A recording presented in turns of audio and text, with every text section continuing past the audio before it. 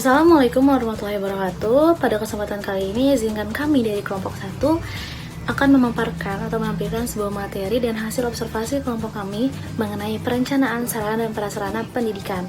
Sebelum itu, izinkan kami untuk memperkenalkan diri terlebih dahulu. Perkenalkan, nama saya Arfani Nandasari.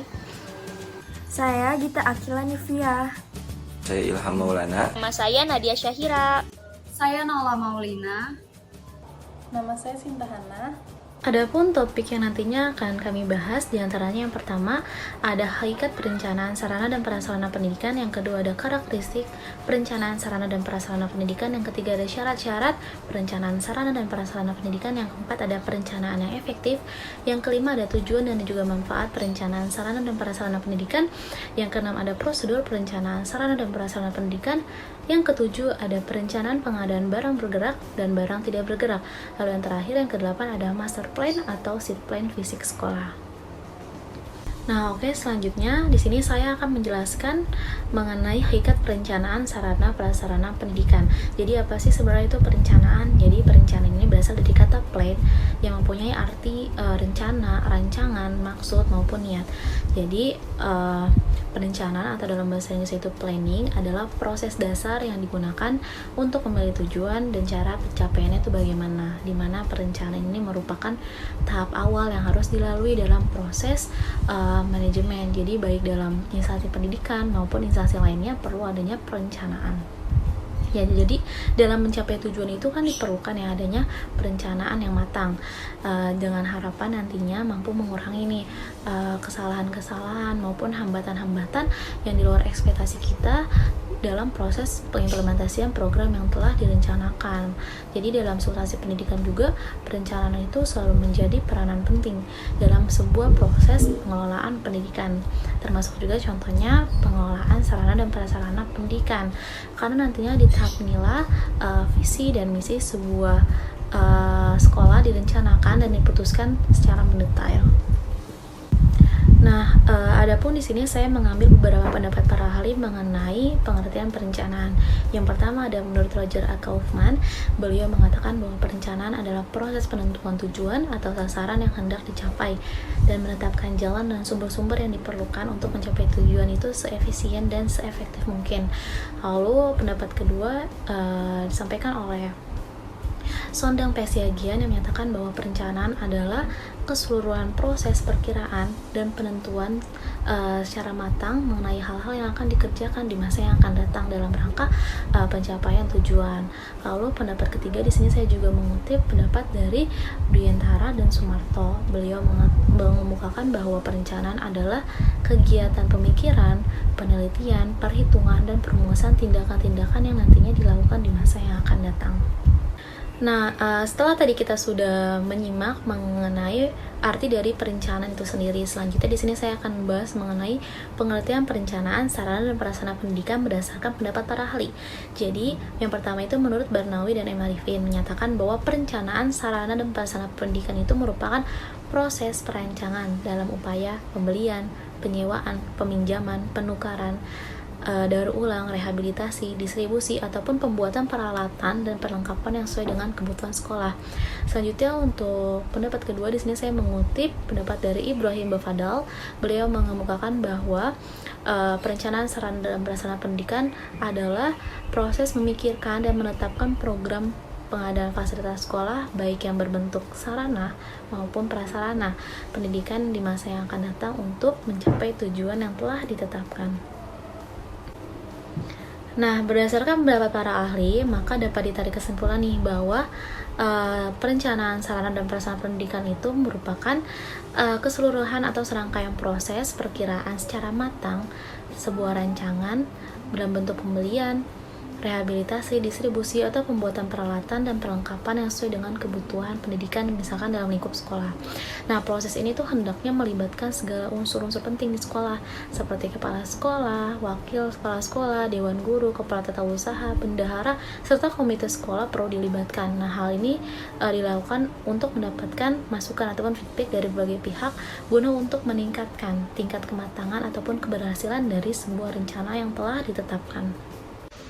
Materi selanjutnya yaitu ada karakteristik sarana dan prasarana pendidikan. Manajemen sarana dan prasarana pendidikan bertugas mengatur dan menjaga sarana dan prasarana pendidikan agar dapat memberikan kontribusi secara optimal dan berarti pada jalannya proses pendidikan. Karakteristik atau ciri khas perencanaan sarana dan prasarana belajar dapat dirinci sebagai fasilitas belajar. Sarana prasarana harus dapat memenuhi syarat standar minimal pelayanan. Pada perencanaan sarana dan prasarana, pemenuhan syarat standar minimal menjadi sebuah acuan nih untuk dapat menentukan sarana dan prasarana yang dibutuhkan. Perencanaan tersebut menjadi tanggung jawab dari lingkungan sekolah. Salah satu usaha untuk dapat meningkatkan kualitas dan pengajaran adalah tersedianya sarana dan prasarana yang memadai. Menurut Ibrahim Bafadal menjelaskan nih bahwa keefektifan suatu perencanaan, pengadaan, perlengkapan sekolah tersebut dapat dinilai atau dapat dilihat dari seberapa jauhnya pengadaannya atau pelaksanaannya itu dapat memenuhi kebutuhan perlengkapan di sekolah dalam periode tertentu. Apabila pelaksanaan perlengkapan itu dapat betul-betul sesuai dengan kebutuhannya, berarti pelaksanaan perlengkapan di sekolah itu betul-betul efektif. Nah, berikut nih ada karakteristik esensial perencanaan perlengkapan sekolah menurut Bafadal 2014 di halaman 27. Yang pertama, ada merupakan proses menetapkan dan memikirkan. Nah, dari perencanaan sarana dan prasarana pastinya ada sebuah proses yang harus ditetapkan dan dipikirkan oleh pihak-pihak sekolah nih. Dan yang kedua, yaitu ada objek pikir dalam perencanaan perlengkapan sekolah adalah upaya memenuhi sarana dan prasarana pendidikan yang dapat dibutuhkan di sekolah. Yang ketiga, yaitu tujuan perencanaan perlengkapan sekolah adalah efektivitas dan efisiensi dalam pengadaan perlengkapan sekolah. Yang keempat, karakteristik yang keempat yaitu perencanaan perlengkapan sekolah yang didasari pada prinsip-prinsip, yaitu yang pertama, harus betul-betul merupakan proses intelektual. Yang kedua, perencanaan didasarkan pada analisis kebutuhan melalui studi komprehensif mengenai masyarakat sekolah dan meningkatkan pertumbuhan serta prediksi populasi sekolah. Yang ketiga, harus lebih realistis sesuai dengan kenyataan anggaran.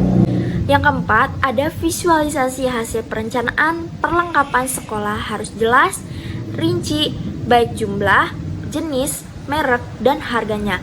Jadi maksudnya di poin keempat prinsip ini yaitu jika kita membeli suatu perlengkapan sekolah pastinya kita harus jelas baik jumlahnya, jenisnya, mereknya, dan harganya. Jadi harus ada visualisasi dari hasil perencanaan yang dibutuhkan oleh sekolah. Akan membahas materi syarat-syarat perencanaan sarana dan prasarana. Perencanaan atau planning merupakan proses pemikiran secara matang untuk menetapkan kegiatan-kegiatan yang akan dilakukan di masa yang akan datang. Dalam menyusun rencana kebutuhan, kita hendaknya memperhatikan unsur-unsur yang terlibat dalam perencanaan, seperti kepala sekolah, wakil kepala sekolah, kepala tata usaha, guru, dan komite sekolah.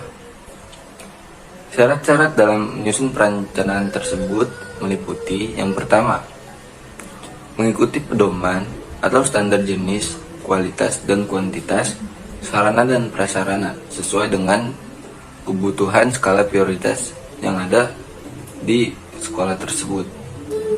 Yang kedua, yaitu mengadakan perlengkapan yang diperlukan dengan plafon anggaran. Yang ketiga, menyediakan dan menggunakan sarana prasarana operasional. Yang keempat, ada menyimpan dan memelihara. Yang kelima, mengikuti prosedur pengelolaan. Yang keenam, perencanaan pengadaan barang yang bergerak. Yang ketujuh, perencanaan pengadaan barang bergerak habis pakai. Yang kedelapan, perencanaan pengadaan barang tidak bergerak habis pakai. Yang kesembilan, perencanaan pengadaan barang tidak bergerak. Dan yang terakhir, yang ke-10, perhitungan kebutuhan ruang belajar. Perencanaan yang efektif. Sebelum saya menjelaskan tentang perencanaan yang efektif, saya ingin menjelaskan tentang definisi dari perencanaan yang efektif itu sendiri.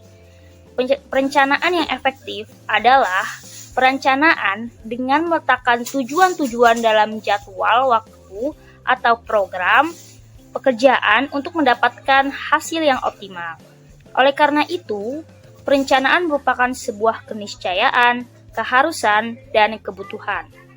Menurut George R. Terry, mengenai perencanaan yang efektif dapat dilihat dari yang pertama, why atau mengapa. Membicarakan masalah mengapa tujuan tersebut harus dicapai dengan mengapa beragam kegiatan dilakukan untuk mencapai tujuan tersebut. Contohnya ini, apa bidang usaha, bentuk, jenis yang akan didirikan. Yang kedua ada where atau di mana. Membicarakan masalah di mana program dalam perencanaan tersebut dilaksanakan.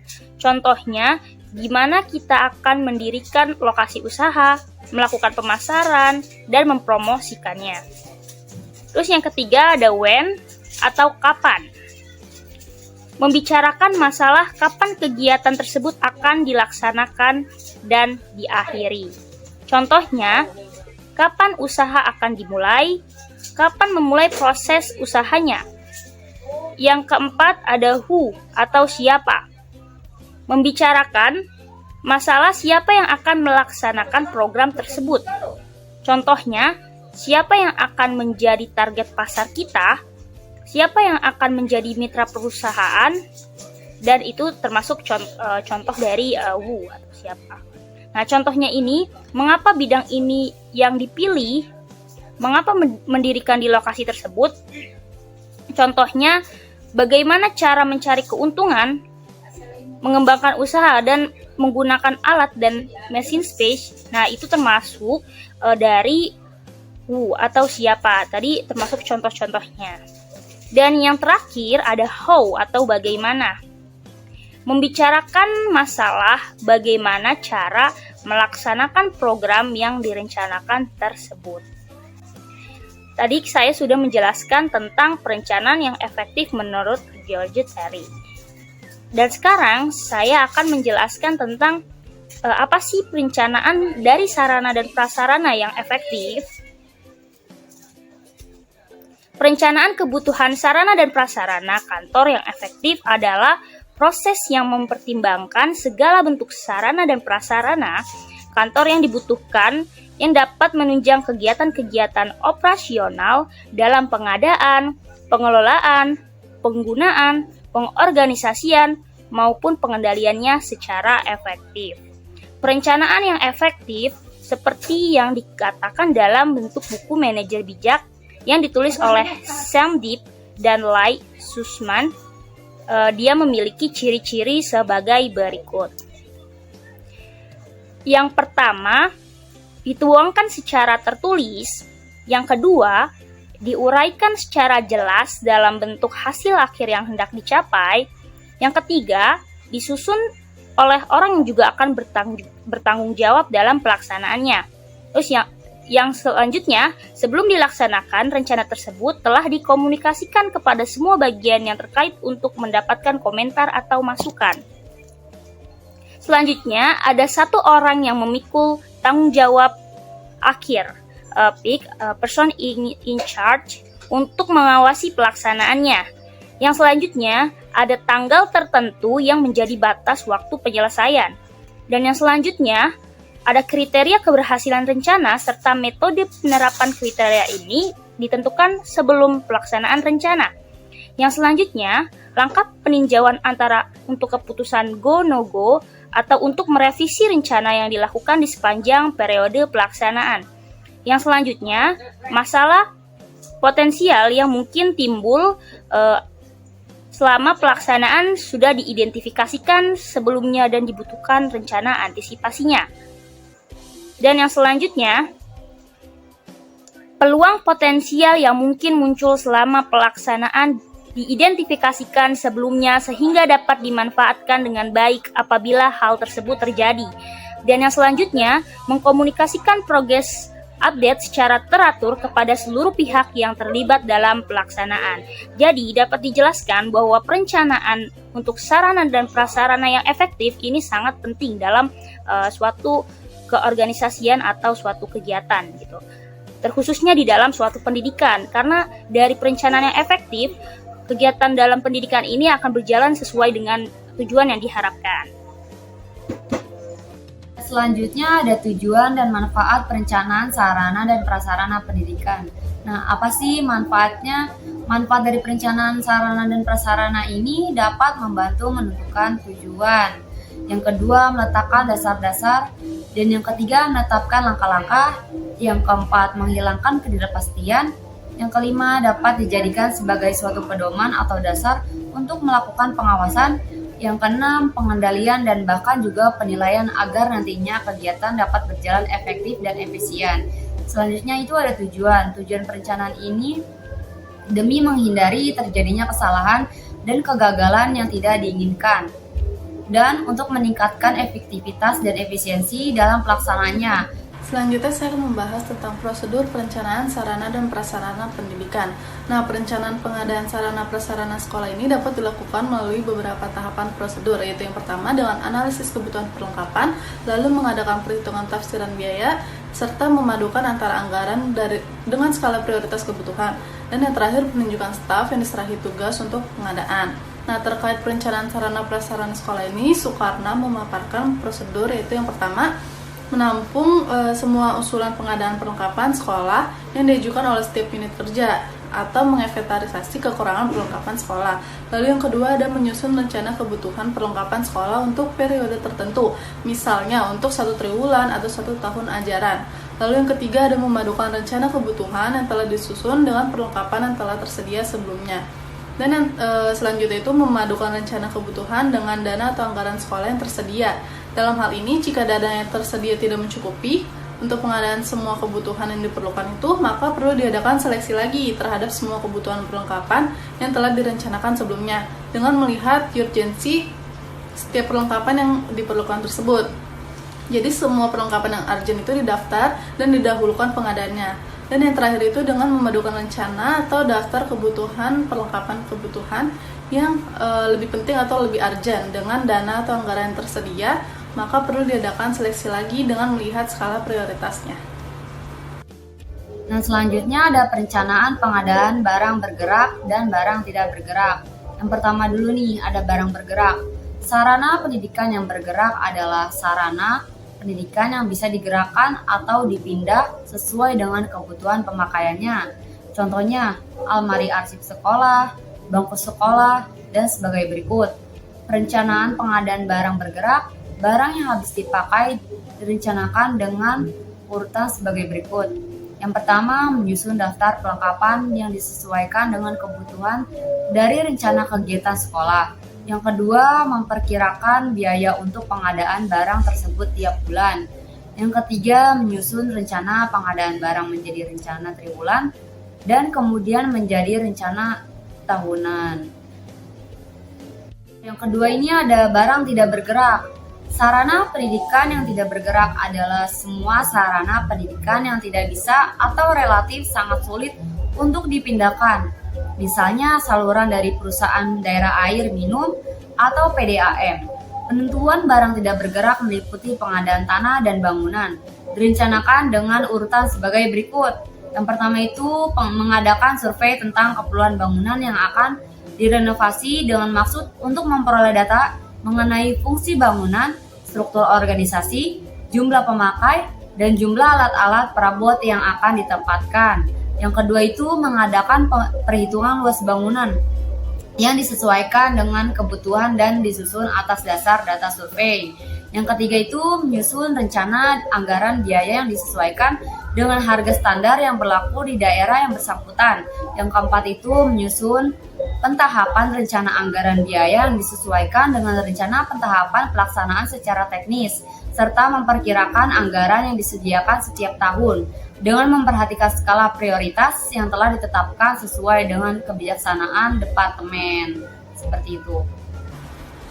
Selanjutnya membahas tentang master plan dan site plan. Master plan adalah sketsa tata ruang utama yang berisi tentang letak dan gambaran besar sebuah kawasan proyek infrastruktur yang akan dibangun. Bukan hanya itu, dalam master plan juga terlihat lokasi fasilitas umum dan sosial yang nantinya akan digunakan bersama saat konstruksi sudah selesai dibuat.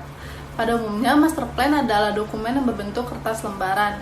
Namun sekarang ini tak jarang ada yang membuat contoh master plan hanya dalam bentuk soft file saja. Maksudnya itu dalam perangkat digital. Nah, dalam bidang arsitektur juga dikenal dokumen yang bernama site plan. Perbedaan master plan dan site plan ini terletak pada ukuran skalanya. Yang pertama, skala lahan yang terlihat pada sketsa. Master plan ini dokumen yang dibuat untuk pembangunan lahan di atas 50 hektar. Sedangkan site plan ini gambaran lahan yang terpapar dalam sebuah sketsa tersebut biasanya punya luas kurang dari 50 hektar. Lalu yang kedua dilihat dari waktunya. Master plan adalah gambaran yang dibuat dan ditinjau setiap 2 tahun sekali, sehingga bisa dibilang saat akan ada renovasi atau perubahan pengembangan wilayah. Master plan ini merupakan sebuah acuan yang akan dilihat. Nah, sedangkan site plan ini tidak demikian. Materi selanjutnya yaitu ada fungsi master plan. Meskipun kita sudah mengetahui bahwa master plan adalah sketsa yang bertujuan utama untuk memperjelas suatu prosedur pembangunan infrastruktur, ada juga sejumlah fungsi master plan lainnya, yaitu yang pertama, master plan berfungsi sebagai acuan untuk memenuhi goals tersebut, di mana sistematika suatu pembangunan adalah hal yang penting dalam pembuatan proyek demi kelancaran pembangunan yang runtut dan sesuai rencana. Master plan adalah dokumen yang berfungsi sebagai acuan untuk memenuhi goals tersebut. Yang kedua, master plan berfungsi sebagai sebuah pegangan. Dalam pengembangan kawasan milik pemerintah atau developer, tidak menutup kemungkinan akan terjadi renovasi atau perubahan rencana. Hal ini menunjukkan bahwa master plan berfungsi sebagai sebuah pegangan. Yang ketiga, master plan juga berfungsi untuk mengetahui besar pendanaan dan bagaimana peluang pendapatannya. Yang keempat, salah satu karakter perumahan adalah lahan satu rumah dan yang lainnya berukuran sama. Anda bisa menggunakan master plan untuk kebutuhan melihat bagaimana coupling yang sesuai. Yang kelima, master plan bisa digunakan sebagai dokumen tinjauan bagi pengembang, di mana jika ada masalah saat tengah pembangunan wilayah rumah subsidi atau perumahan umumnya, master plan bisa digunakan sebagai sebuah dokumen tinjauan bagi pengembang. Dan poin yang terakhir, master plan juga berguna sebagai keterangan geografis suatu wilayah tertentu. Nah, teman-teman, selanjutnya akan ada hasil observasi dan wawancara yang kelompok kami lakukan di SMA 12. Jadi mohon disimak ya. Jadi, pada hari Jumat tanggal 16 September, kami mendatangi SMA 12 untuk melakukan observasi sekaligus wawancara dengan Bapak Aing Sodikin SPD MPD selaku Wakil Bidang Sarana dan Prasarana di SMA 12 dan mengajukan beberapa pertanyaan seputar perencanaan sarana dan prasarana yang dilakukan di SMA 12.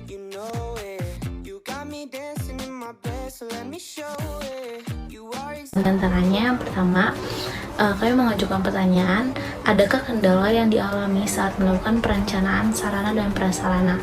Nah, beliau menjawab, kendala yang dialami SMA 12 itu berkaitan dengan anggaran. Artinya, karena anggaran untuk perencanaan sarana dan prasarana bersumber dari BOS ataupun BOP, terkadang waktu pencairan dananya itu tidak sesuai dengan yang diharapkan oleh pihak sekolah, sehingga dengan telatnya waktu pencairan dana tersebut tentu menghambat proses perencanaan sarana dan prasarana di sekolah. Contohnya, terkadang sekolah itu membutuhkan dana untuk memperbaiki sarana yang rusak. Karena adanya ketidaktepatan waktu turunnya dana, maka proses tersebut mau tidak mau ditunda. Lalu pertanyaan kedua, kami mengajukan pertanyaan bagaimana pihak sekolah melakukan pengelolaan terhadap sarana dan prasarana yang sudah tidak digunakan atau sarana prasarana yang rusak. Nah, selanjutnya beliau menjawab dan menjelaskan, nah jika sarana dan prasarana tersebut tidak digunakan maka perlu dihapuskan. Namun untuk dihapuskan sendiri itu perlu melakukan beberapa serangkaian dan tidak bisa begitu saja diberikan ke orang lain ataupun dihibahkan. Yaitu untuk melakukan proses penghapusan sarana dan prasarana itu perlu melakukan pengajuan langsung kepada Sudin dan perlu juga mencari pihak ketiga untuk mengkoordinasikan sarana dan prasarana ini yang sudah tidak layak pakai kemudian dihibahkan, seperti itu. Pertanyaan selanjutnya, bagaimana peran kepala sekolah dalam melakukan perencanaan sarana dan prasarana di sekolah SMA Negeri 12 Jakarta? Jawabannya, peran kepala sekolah dalam melakukan perencanaan sarana dan prasarana di sekolah SMA Negeri 12 Jakarta yaitu sebagai decision maker atau pembuat keputusan terkait dengan semua perencanaan sarana dan prasarana di sekolah tersebut. Karena prosesnya nantinya dapat diawali dengan melakukan sebuah analisis kebutuhan mengenai sarana dan prasarana yang akan dibutuhkan, dengan bertujuan agar sarana dan prasarana yang diajukan nantinya sesuai dengan kebutuhan yang dapat diperlukan.